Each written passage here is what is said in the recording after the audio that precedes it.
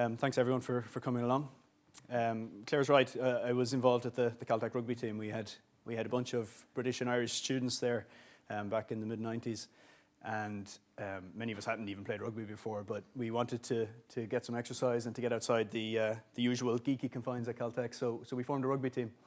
And we weren't very strong and we weren't very fast, and we weren't even very skillful or very good at rugby, but we had fun.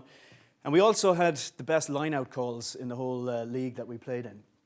So I assume you all know a little bit about rugby. When the ball goes out of playing rugby, someone has to throw it back in. So the hooker gets the ball, throws it back in like this, between two rows of forwards, one from his team, one from the opposition team. And the secret to a good line-out is to have the ball land where you want it to land. And to do that, you have to tell people where it's going to land. So if I'm throwing up here, I'm going to throw it to the second row. I want to tell the second row the ball is coming to them. They're ready to jump and catch the ball. Hopefully the opposition will be caught unawares. So the way that we do that is we give a signal. So the hooker stands, gets the ball, and he calls out, "Log to the base 10 of 100," and throws the ball. Okay? And those of you in row 3 should be on your feet trying to catch the ball. Cosine of pi over 2, off she goes, and ball's caught, and hopefully we're setting off down the field. Now, the Celtic rugby team wasn't very successful. Not because our line-out calls weren't brilliant, they were brilliant, but we weren't very good at most of the other things like throwing, catching, running, tackling, and so on. But the message from all that really is that the example I was using there is maths as a language. So I called my talk, "What language do you speak?" I speak the language of maths. I'm an applied maths professor in Limerick now, as Claire says. So what we do is we use the language of maths to try and talk to the real world. Not just to talk in code so that other people can't understand us, although a lot of people think that that's what math is about. We are doing it to try and use the language of maths to describe things in the real world, to hopefully solve problems in the real world, and then to solve those or implement the solutions of those problems back in the real world.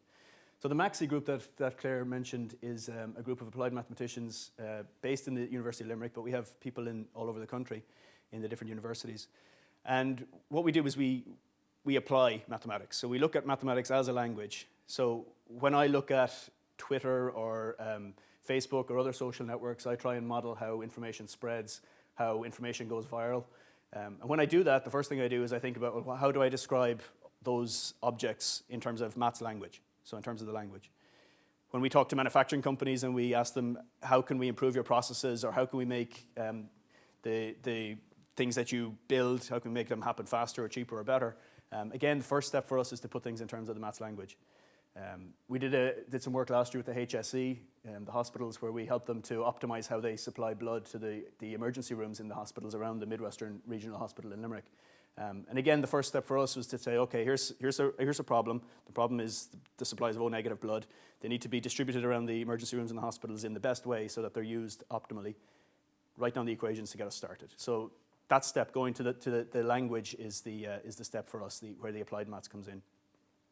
But maths is a language, and people sometimes say, well, how do you do research in maths? I mean, is there such a thing as new maths?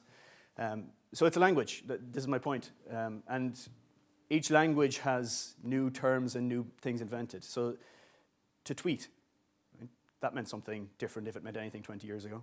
To Google something, again, a word that didn't exist essentially 20 years ago, certainly not meaning what it does today. So languages like English, they evolve. They develop new terms because they need to describe things that happen in the world. And maths is like that. We develop new maths because we have to. We come across processes, online social networks, things going viral that we simply didn't have mathematical language for in the past. We have to develop new maths to do it. So that's where research in maths sometimes comes from. And like any language, you can go more abstract.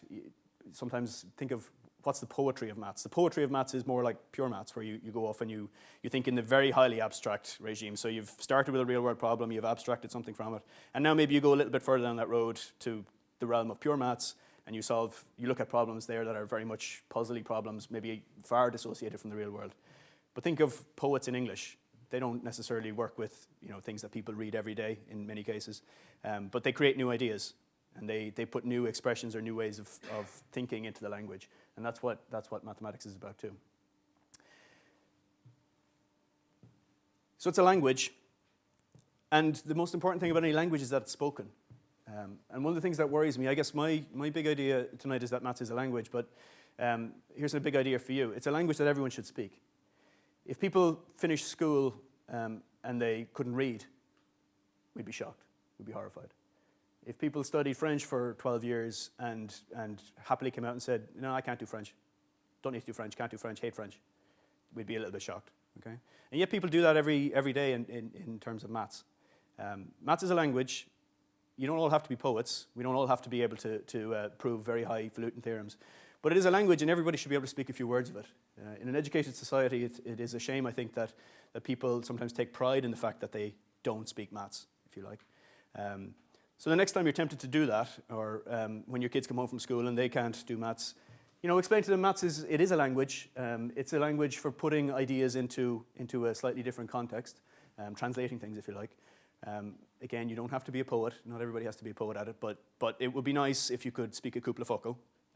And everybody can, right? Everybody here can attempt a Sudoku puzzle, or can balance their restaurant bill, figure out their restaurant bill.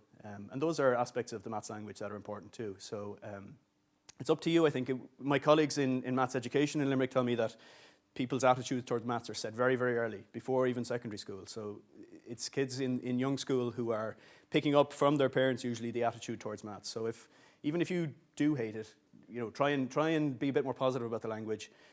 Give a good message about the language, because it is a language, and you wouldn't tell kids that they shouldn't learn French. You wouldn't tell kids they shouldn't learn German. So tell your kids that they should learn a little bit of maths. Thank you.